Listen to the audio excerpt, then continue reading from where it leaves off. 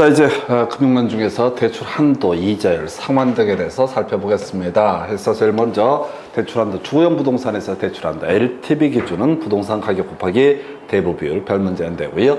저소비 이렇게 가야 되죠. 그래서 DTI 기준 대출 한도에서 연저당 상수분의 연소득 곱하기 총부채 상환 비율이라고 하는 거. 이게 이제 출집 빈도가 좀 높았었고요. 자, 그다음에 상업용 부동산의 대출 한도, LTV하고 그다음에 순영업소득 기준으로 판단을 하게 된다. 해서 부저순이라고 하는 거. 그래서 우리 부채 감당률이라고 하는 게 순영업소득 나누기 부채 서비스액 이렇게 갔던 것이고요. 그 다음에 이제 저당 상수, 자, 원리금, 균등 상환 저당에 있어서 상환할 금액을 계산하는 공식이 저당 상수가 되게 된다. 그 외 자, 순영업소도 이미 봤었고요.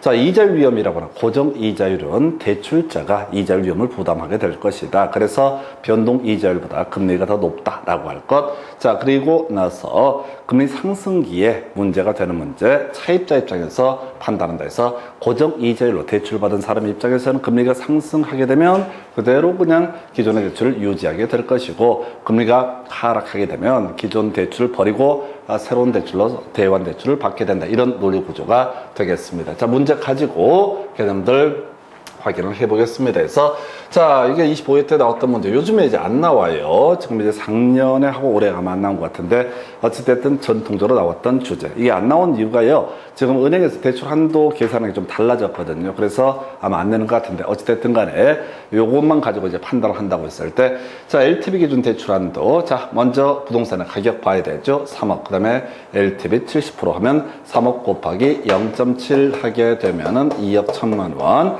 DTI 기준 대출 한도 저소비라고 해야 되죠. 연저당 상수, 연저당 상수분의 연저당 상수분의, 자, 바로 지금 이제 소득하고요. 그 다음에 총부채 상환 비율이라고 하는 것을 곱해야 된다. 그래서 연저당 상수 0.1 주어져 있고요. 연소득이 여기서는 3천으로 주어져 있고요. 그리고 나서 총부채 상환 비율이라는 게 0.6 합니다. 그러면 여기서 1억 8천 두 가지 요건을 모두 갖추시오. 해서 1억 8천까지 대출을 받을 수 있고, 기존 대출 얼마나 끼어 있냐면은, 자, 기존 대출이 여기에 1억 5천이 끼어 있습니다. 그래서 3천 추가해서 대출을 받을 수 있다. 그래서 이걸 이제 1분할 푸는 게 포인트가 될 텐데, 기존 대출이 끼어 있다는 전제 하에서 항상 체크해 보는 게 실수를 줄이는 방법. 그 정도 되겠고, 그 다음 문제는 제일 쉬웠던 문제 같은데요.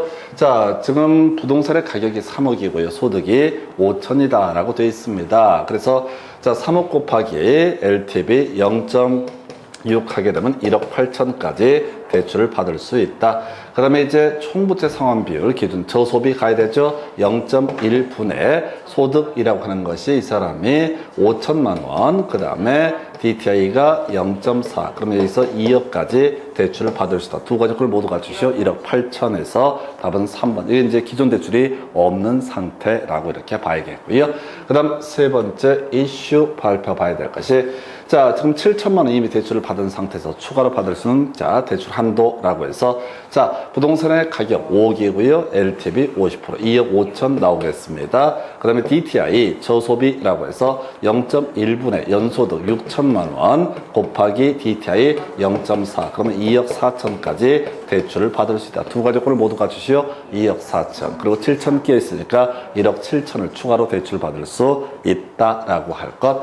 그 다음 주제 가서 확인을 해보겠습니다. 시장 가격 5억이고요. 순영업소득 1억인 상가를 보유하고는 A가 추가적으로 받을 수 있는 대출 가능 금액에서 일단은 이게 부저순 이렇게 가야 되죠. 그래서 부채 감당률 미리 주어져 있습니다. 2 곱하기 그 다음에 자, 연간 저당 상수 0.2분의 자, 순영업소득이 1억 이렇게 돼 있고, 이게 이제 순영업소득 기준 대출 한도. 그 다음에 이제 부동산의 가격이 5억이니까 5억에다가 LTV가 0.6해서 이게 3억 이렇게 가게 됩니다. 그리고 기존 대출이 1억을 끼어 있네요. 그래서 여기서 계산해 볼게.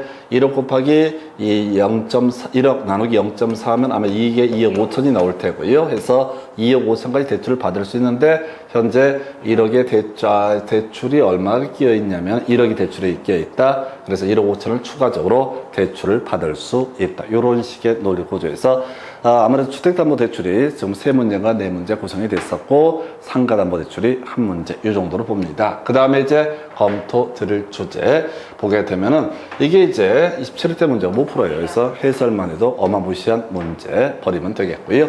그 다음에 이제 검토 드릴 주제 2절 얘기 나와 있을 거예요. 그래서 자, 주택금융공사 주택저당증권을 기초로 해서 주택저당증권을 발행하고 있다 해서 이게 이제 주택연금이라는 개념과 연계가 되죠. 그래서 갑이라는 사람이 자신이 소유하고 있는 X주택을 담보로 한국주택금융공사를 저당권자 한국주택금융공사를 저당권자로 해서 이 사람이 저당권자가 돼서 자 근저당권을 설정을 하게 됩니다. 그래서 근저당권 설정하고요.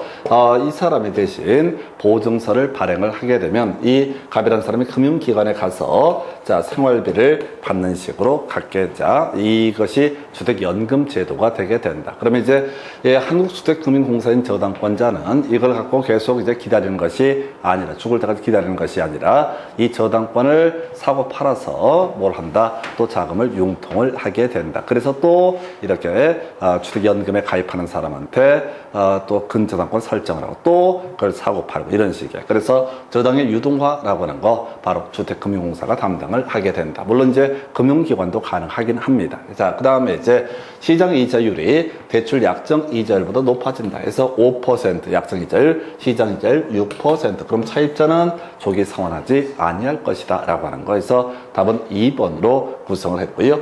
신디게이트 지분금융에 해당된다. 조신티라고 하는 거 지분금융. 부동산 금융은 자 부동산을 운용 대상으로 해서 필요한 자금을 조달하는 일련의 과정이라고 해서 오른편. 프로젝트 금융은 비소구 또는 제한적 소구 금융에서 답은 2번으로 구성을 하게 됩니다. 이것도 이제 지금 7년 동안 2번인가 답을 뽑았던 겁나 중요한 주제. 별것도 아닌데 읽다 보면 헷갈려 버려요. 그래서 이렇게 보셨고요.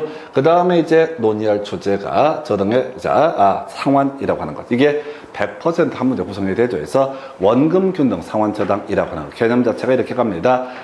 원금은 매기수 동일하고 나머지 잔액에 대해서 이율을 곱해서 이자를 계산하는 방식. 그래서 이 원금 균등 상환 저당이라고 하는 것. 매기수 상환할 금액은 매기수 원금 상환액 플러스 매기수 이자 상환액. 그래서 매기수 원금 상환액은 간단하죠. 이용자 총액, 대출 총액 나누기 대출 기간 하면 나올 테고, 자 이자 상환액은 잔고에다가 이자율을 곱하는 식 두 개를 계산해서 매기수 상환할 원금 또는 이자 상환액을 계산해낼 수 있다. 그래서 자 이 내용을 보면은 원금 상환액은 항상 동일하다. 근데 이자 상환액은 점차 갚아가기 때문에 점차 줄어들게 된다. 그래서 전체 상환할 금액이 똑같다는 전제에서 다른 방식에 비해서 초기에 더 많이 내는 것을 가리켜서 원금 균등 상환 저당. 이에 비해서 월금 균등 상환 저당이라고 하는 것은 매기수 상환할 상환액이라고 하는 게 자 융자 총액, 대출 총액에다가 저당 상수. 그래서 월금 균등일 때 저당 상수라고 하는 거. 이제 투자운용 할 때 맨날 장난치는 게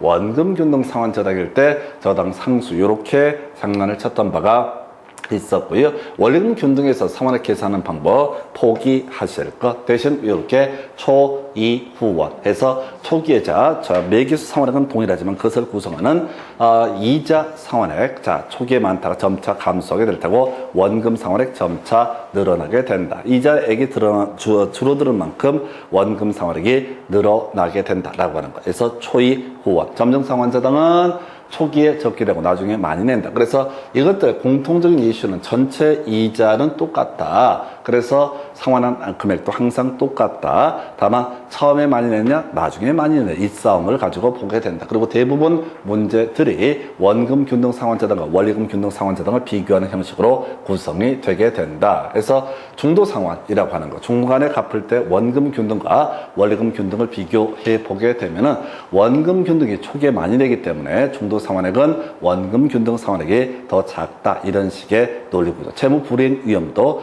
원금 균등 상환 저당이 더 작다. 이렇게 뼈대를 잡고 문제 가지고 체크를 해봅니다. 자, 원리금 상환액 부담액을 초기를 적게 하는 대신 점차 늘려간다. 점정 상환 저당이라고 하는 거 이렇게 가게 될 테고요. 자, 원리금 상환액은 매기 동일하지만 더 이상 볼 것도 없죠. 원리금 균등 분할 상환에서 답은 3번으로 구성한다. 그래서 자, 24회 때 25회 때 문제도 겁나 유치한 문제가 되게 됩니다. 자, 일정 기간 상환액을 증액해서 초기에는 적게 내고 나중에 많이 내는 방식 점증 또는 최정식 상환 분할 상환 방식에서 뭐 24, 25일 때 나오고 더 이상은 나오지 않는 문제, 초기에 적게 내고 나중에 많이 내는 방식에서 이렇게 구성이 되어 있고요. 자, 이제 또 나머지 문제들 가보겠습니다. 대출 상환 방식 등 옳은 것을 해서 원리금 균등 상환 방식은 이자 상환액은 점차 감소, 그만큼 원금 상환액이 증가하게 된다. 그래서 매기수 상환을 원리금은 항상 동일하다. 원금 균등 상환 방식은 원리금 균등 상환 방식에 비해서 전체 상환할 금액이 더 크다. 틀렸죠? 그래서 이건 이제 5번이랑 같이 연계하는 거지. 전체 이자에 전체 원금액 항상 동일하다. 초기에 많이 내느냐, 나중에 많이 내느냐, 이 싸움을 붙이는 것에 불과하다. 그 다음에 이제 3번 대출 실행 시점에서 총부채 상환 비율, 뭔 소리인지 모르겠고요. 그 다음에 이제 대출금을 조기 상환하는 경우 원리금 균등 상환 방식보다 원금 균등 상환 방식의 상환액이 더 크다. 틀렸죠? 원금 균등 상환 방식이 초기에 더 많이 되기 때문에 중도 상환할 때는 상환할 액수가 더 작아진다. 답은 1번으로 구성을 하고 있다. 이건 무조건 한 문제 구성이 되고요. 만만치가 않아. 그리고 계산 문제까지 나온 두 문제까지 구성하는 영역이 이 파트가 되게 됩니다. 그 다음에 이제 검토 드릴 주제. 자, 보니까 대출 상환 방식 등 옳은 것을 모두 고르시오 라고 해서 상환 차트 원리금 상환액은 원리금 균등 상환 방식이 원금 균등 상환 방식보다 크다라고 해서 틀렸죠? 원금 균등 상환 방식이 원리금 균등 상환 방식보다 더 크다라고 이렇게 해야 되겠죠. 두 번째, 최종 상환 방식 미래소득 감소 틀리게 구성이 돼 있다. 원금 균등 상환 방식 매기의 상환은 원리금이 점차적으로 감소하게 된다. 원금은 항상 동일하지만 이자 상환액이 점차 감소하기 때문에 전체 원리금 상환액도 점차 감소하는 모습. 그래서 초기에 많이 내고 뒤에 나중에 적게 내는 방식이 원금 균등 상환 저당 방식이 되게 된다. 그 다음에 원리금 균등 상환 방식에 있어서 매기의 상환은 원금액이 점차적으로 늘어나게 된다. 맞죠? 초, 이, 후원. 이자는 점차 감소하고 원금은 점차 증가하게 된다라고 하고 디귿 두 가지가 오른편 이렇게 봅니다. 그 다음 주제 가서 확인을 해볼게요. 저당 상환 방법 중 옳은 것을 모두 고르시오 해서 원금 균등 상환 방식에 있어서 매기간 상환은 원리금 상환액과 대출 잔액이 점차적으로 감소하게 된다. 오른편 해서 다시 원금은 항상 동일하고 이자가 점차 감소하니까 원리금 상환액 점차 감소할 것이다. 돈을 갚아가니까 당연히 대출 잔액도 점차 감소하게 된다. 이건 무조건 다 감다고 전제를 하셔야 돼. 두 번째, 원리금 균등 상환 방식에 있어서 매기간 상환하는 원금 상환액 점차 증가한다가 돼야 되죠. 그래서 초, 이, 후, 원. 그래서 얘를 틀리게 뽑았고, 점증 상환 방식에 있어서 미래소득 증가 예상해서 디귿번도 오른편 되겠습니다. 자, 그 다음에 이자 수입 크기는 항상 동일하다. 이렇게 가야 되죠. 그래서 지금 이 문제 답은요, 기억하고 디귿 이렇게 옳은 것을 이렇게 구분을 하게 됩니다. 그래서 다 똑같은 얘기를 그냥 이렇게도 바꿨다 저렇게 바꿨다 이렇게 구성하고 있습니다. 그 다음 문제 가서 확인해 볼게요. 자, 주택 구입을 해서 은행으로부터 2억을 대출을 받았다 해서 원리금, 이건 이제 물동 논의의 전제 자체가 원금 균등 상환 저당 요것만 문제를 풀 수 있다고 그랬어요. 원리금 균등 상환 저당은 계산 자체가 2분 3분 걸릴 수 있는 그런 문제이고 어차피 해봤자 틀리게 돼 있어. 그리고 지금 주기상 원금 균등 상환 저당을 낼 가능성이 더 높은 시기입니다. 회차 보면 26회 때 나왔었죠. 자, 그래서 대출 기간 20년, 대출액 2억 원. 그러면 원금은 매기수 얼마? 1,000만 원씩, 매기수 원금은 1,000만 원씩 상환을 하게 된다. 2회차 상환할 원리금, 2회차 상환을 이자를 계산해 봐야 되지. 2회차 상환할 이자라고 하는 것은 대출 잔액이 얼마? 1,000만 원 갚았으니까 1억 9천. 그리고 이율이 0.05 하면 얼마? 950만 원이라는 금액이 2회차 납입할 이자액이 되게 된다. 그래서 두 번째 차에 납입할 원금은 1,000만 원, 이자는 얼마? 950만 원이라고 합니다. 그래서 1,950만 원 이렇게 구성을 하게 됩니다. 자, 이게 26회 때 문제. 그리고 나서 지금 또 나오는 문제가 이렇게 해서 28회 때 한 해 쉬었다가 좀 난이도 어렵게 구성합니다. 그래서 보니까 5억, 20년간에 나눠서 대출을 갚게 된다라고 할 거. 9회차 상환할 원리금 상환액, 그 다음에 13회차 납부할 이자 납부액. 그래서 일단은 매기수 상환할 원금을 보니까 5억 나누기 20년 하면 2,500이라고 하는 것이 매기간 상환할 원금에 해당이 된다. 그런데 이제 9회차 상환할 원리금이라고 되어 있으니까 8회까지 다 돈 낸 겁니다. 2,500만 원씩 8회까지 납입을 하게 되면 이게 2억을 지금 납입했다. 그러면 잔액은 얼마가 된다? 3억이 되게 된다. 그래서 9회차 납입할 이자액이라고 하는 것은 3억 곱하기 이자율이 얼마냐면 0.05, 자, 5%니까 0.05하면 1,500만 원 이렇게 갑니다. 그래서 9회차 납입할 원금은 2,500이고 이자는 얼마? 1,500 해서 토탈 얼마? 4,000만 원이라고 하는 것이 자 9회차 납입할 원리금, 13회차 납입할 이자라고 되어 있네요. 12회까지 냈습니다. 2,500만 원씩 12회를 내게 되면 이게 3억이 될 테고 그럼 대출 잔액은 얼마? 2억이라고 하는 금액이 되게 된다. 여기다 이 금리가 0.05 하게 되면 얼마? 1,000만 원이라고 하는 거 해서 이렇게 답은 1번으로 구성합니다. 그래서 지금 주기 비교하시되 26회, 28회 원금 균등 상환 저당 요거는 준비하셔야 돼요. 왜? 그 사이에 나왔던 문제가 지금 29회 때 어려웠다니까 원리금 균등 상환 저당이라고 하는 것이 나왔단 말이죠. 그럼 이제 이건 못 풀어. 계산 자체가 너무 복잡해. 해서 우리 요약집에 정리해 놨지만 의미 없고요. 그래서 지금 이제 26, 28회 때 원금 균등, 그 다음에 지금 29회 때 원리금 균등. 그럼 주기로 따지게 되면 아무래도 원금 균등을 출제할 가능성이 낸다라면 더 높을 것이다. 그리고 설령 이걸 내더라도 방법이 없습니다. 시간 문제가 있기 때문에 해서 요렇게 넘어가실 주제. 그 다음 자 주제가 주택의 저당화, 저당의 유동화라는 개념을 가지고 봐야 되죠. 그래서 일단 논의 전제 가장 간단하게 자 저당 시장은 1차 저당 시장과 2차 저당 시장으로 대별한다. 그래서 금융기관하고 주택담보대출을 받고자 하는 소비자 간의 시장을 1차 저당 시장, 그 다음에 이제 저당 대출 기관과 다른 기관 투자자 사이에 저당을 사고 파는 시장을 2차 저당 시장이라고 부르게 된다. 이게 이제 한 문제짜리인가 두 문제가 나왔었고요. 그 다음에 저당 증권, 주택 저당 증권에서 자신이 가지고 있는 금융기관의 저당권을 담보로 해서 자 돈을 빌리는 방식 여러 개가 있을 수 있다. 아예 지분권을 넘겨주는 것을 MPTS라고 이렇게 얘기를 하죠. 그래서 MPTS 투자자가 각종 위험을 부담한다. 투자자가 저당권을 사들인 꼴이니까 각종 위험을 투자자가 부담을 하게 된다. MBB, 뱅크, 은행이 어떻다? 각종 위험을 부담하게 된다. 그래서 논리 구조가 뭐라고요? 얘가 설령 자 만약에 저당권 설정자가 돈을 안 갚았을 때 MBB를 발행한 금융기관 입장에서는 누구한테 바로 이 누구죠?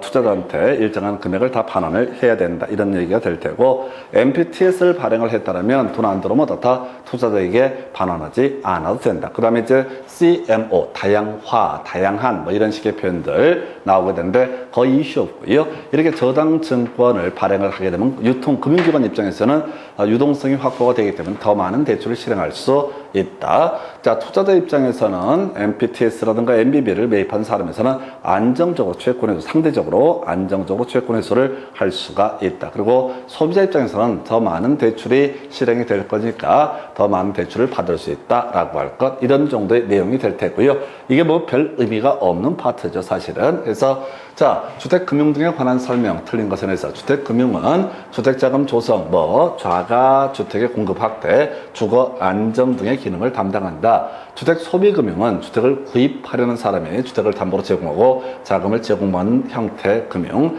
LTV 담보가치를 기준으로 대출 규모를 결정하는 기준이고 DTI는 소득을 기준으로 대출 규모를 결정하는 기준이다. 2차 저당 대출 시장. 자, 이 저당 대출을 원하는 수요자고요. 자, 금융기관으로 형성되는 시장에서 요걸 틀리게 구성했죠. 이걸 이름하여 1차 저당 시장 해서 답 4번이었고요. 5번 원리금 균등 분할 상환 방식은 원금 균등 분할 상환 방식에 비해서 초기에 상환액이 더 적다라고 하나. 초기에 더 많았던 것이 뭐가 된다? 원금 균등 상환 저당이 되게 된다. 이렇게 정리합니다. 답은 4번. 자, 그 정도 보셨고요. 그 다음 주제 가서 확인합니다. 저당 담보부증권 24회 때 구성이 됐고요. 이게 거의 의미가 없죠. 왜? 거의 이게 그 후로 거의 나와도 답이 안 되기 때문에 MPTS라고 하는 거, 투자자가 각종 위험을 지게 된다라고 하는 거. 그래서 지분형 증권이기 때문에 라고 하는 거. 여기까지 좀 보시고 뒤에는 의미가 없다. 2번 MBB, 자, 투자자 소유권을 갖는다. 틀리게 구성이 됐죠. MBB는 뱅크, 은행이 그 투자 저당권의 소유권을 갖게 되는 거죠. 그래서 답은 2번으로 구성한다. 자, CMO 다양한 트렌치 증권의 발행, MPTB, CMBS 모르는 거예요. 그래서 이게 24회 때 구성되고 거의 이슈가 안 된다고 어려우니까 이게 뒤지게 파는데 뒤지게 파봤자 전혀 답이 아닌 영역 이렇게 구성을 합니다. 오히려 앞에서 1차 저당시장, 2차 저당시장, 나중에 저당증권의 유동화 30회 때 구성이 되는 등 이렇게 기술적인 지저분한 문제들이 자 24회, 25회 때까지는 구성이 되는데 요즘에는 전체 그림을 물어보는 시기다. 이렇게 봐야겠습니다. 그 다음에 검토될 주제, 부동산 금융에 관한 설명, 틀린 것은 해서 CMO, 자, 만기약 이자율이 다양하다, 다르다라고 할 것, MBB, 채권형 증권까지만 보시고 나머지는 의미가 없죠. MPTS, 투자자가 각종 위험을 부담한다까지, 고정금리 대출을 시행한 대출의 기간은 금리 상승 시 차입자의 조기 상환으로 인한 위험이 커진다. 가볼까요? 자, 5%의 대출을 했다. 근데 금리가 상승해서 현재 시장금리가 6%가 되게 된다. 그러면 차입자가 조기 상환을 할 것이냐? 정신병자지. 그럴 일은 없는 거죠. 그래서 지금 4번을 틀리게 뽑아냈다. 이미 한번 답이 됐던 주제였었죠. 그래서 답은 4번. 2차 저당시장은 1차 저당시장의 자금을 공급하는 역할을 담당한다. 오른편 이렇게 구성을 합니다. 그 정도였었고요. 넘어가서 자, 지금 이제 저당담보부 증권 도입에 따른 부동산 시장의 효과 등에 관한 설명, 틀린 건 30회 때 전체 그림 물어봤던 사례. 자, 그래서 자, 주택금융이 확대됨에 따라서 주택자금 대출이 확대될 수 있다. 주택금융의 대출 이자율 하락 등등등, 그 다음에 융자 받을 수 있는 금액이 증가될 수 있다. 소비자 입장에서 하는 얘기죠. 자, 주택금융의 활성화로 주택건설이 촉진돼서 주거안정에 기여할 수 있다. 자가 소유 가구의 비중이 감소한다 해서 이걸 틀리게 뽑았다. 대출을 쉽게 받을 수 있으면 어떻다? 다 집 사는 사람들이 많아지게 될 것이다. 그래서 4번이었고요. 5번, 자, 담보대출의 접근성이 개선될 수 있다. 그래서 뭐 이건 쭉 읽어가면 거의 의미 없는 간단한 주제가 되겠습니다. 30회 때 이런 주제가 출제가 됐었고요. 마지막 주제가 되나요? 주택연금이라고 하는 거. 그래서 이 앞에 다른 얘기 다 필요 없고요. 주택연금이라고 하는 것은 금융기관, 지금 한국주택금융공사라고 하는 사람에게 주택을 담보자 1순위 근저당권을 설정을 해주고 요걸 가지고 이 한국주택금융공사가 은행권에다가 보증서를 발행을 해주고, 그러면 금융기관에서는 보증서에 근거해서 대자 생활비를 대출해주는 방식을 의미한다. 그래서 자, 중도 상환이라는 거 언제든지 가능하고 옛날 문제고요. 그 다음에 지금 아직 안 나온 거 구상권 행사할 수 있다. 원칙은 안 됩니다. 근데 예외적으로 구상권 행사할 수 있다. 과정을 보는 게 아니야. 해서 구상권 행사할 수 있다. 이 정도로 갑니다. 해서 자, 문제 가지고 검토를 하게 되면요. 자, 부동산 투자회사 조인트벤처는 지분금융, 조신티 어떻다 지분금융. 2번 원리금 균등 상환 방식에서는 자, 초기보다 후기로 갈수록 원금 상환액이 커진다. 맞죠? 초, 이, 후, 원이니까 초기는 이자가 차지하는 비중이 크고 후기로 갈수록 원금이 차지하는 비중이 커진다. 주택담보 노후연금은 소유권을 연금 지급기관으로 이전하는 데서 틀리게 구성이 됐죠. 그래서 한국주택금융공사에서 근저당권을 설정을 하게 된다. MBB라고 하는 거, 자, 은행이 소유권을 가지고 있죠. 그래서 누구한테 투자자에게 일정한 사고 나더라도 이익을 지급을 해야 된다. 다층 저당증권 다양한이라고 하는 거. 그래서 이렇게 다 사이드로 구성한다. 24회 때만 MBB, MPTS, CMO 가지고 쟁점을 삼아냈고 나머지는 지금 지문 구성할 때 툭툭툭 던져주는 형식으로 구성을 하고 있다. 답이 되지 않는다. 이게 포인트가 되겠습니다. 해서 답은 3번 이렇게 보셨고, 그 다음에 이제 보게 되면 자산 유동화에 관한 법령상 부동산 프로젝트 파이낸싱의 유동화에 관한 설명으로 옳은 것. 논리 구조는 이렇습니다. PF 대출을 실행한 금융기관에서 이것을 담보로 또 일정한 자금을 빌리게 되는 이런 방식을 가리켜서 바로 자, 부동산 프로젝트 파이낸싱의 유동화 의미 없어요. 그래서 이건 법 하나를 다 알아야 되는 문제가 될 테고, 그래서 이런 문제는 손을 댈 수 없다. 그럼 결국은 뭐냐? 기존에 기본이 되는 명제들을 끊임없이 다지고 절대로 실수를 해서는 안 된다. 대신 어려운 문제는 찍어서 그냥 연필 굴려서 푸는 게 좋겠다. 여기까지가 금융론에 관한 쟁점이 되게 됩니다.